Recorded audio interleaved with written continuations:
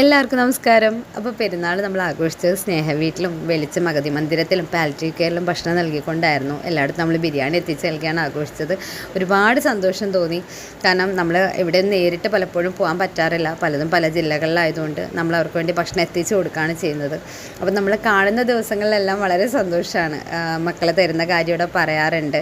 എല്ലാവർക്കും നന്മകൾ നേരുന്നു, എല്ലാവർക്കും ഭക്ഷണം എത്തിക്കാനുള്ള മനസ്സുണ്ടല്ലോ, ഒരുപാട് പേര് സഹായിക്കുന്നുണ്ടെന്നറിയാം, എല്ലാവർക്കും നല്ലത് വരുത്തട്ടെ. അങ്ങനെ ഒരുപാട് കാര്യങ്ങൾ ആരോഗ്യമില്ലാത്തവരെ ഏറ്റെടുത്ത് നടത്താനും അവരത്രയും വൃത്തിയോടുകൂടി നോക്കാനൊക്കെ ഒരു മനസ്സ് തന്നെ വേണം. അതിനകത്ത് കിടപ്പ് രോഗികളുണ്ട്, ഒട്ടും വയ്യാതെ കണ്ണറിയാത്ത അമ്മമാരുണ്ട്.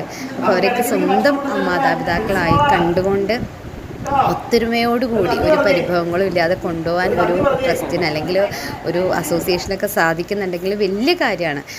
സ്വന്തം അമ്മമാരെയൊക്കെ വലിച്ചെറിഞ്ഞ് തെരുവിലേക്ക് ഉപേക്ഷിക്കുന്നവർ കാണേണ്ട ഒരു കാഴ്ച തന്നെയാണ്. എത്ര മനോഹരമായി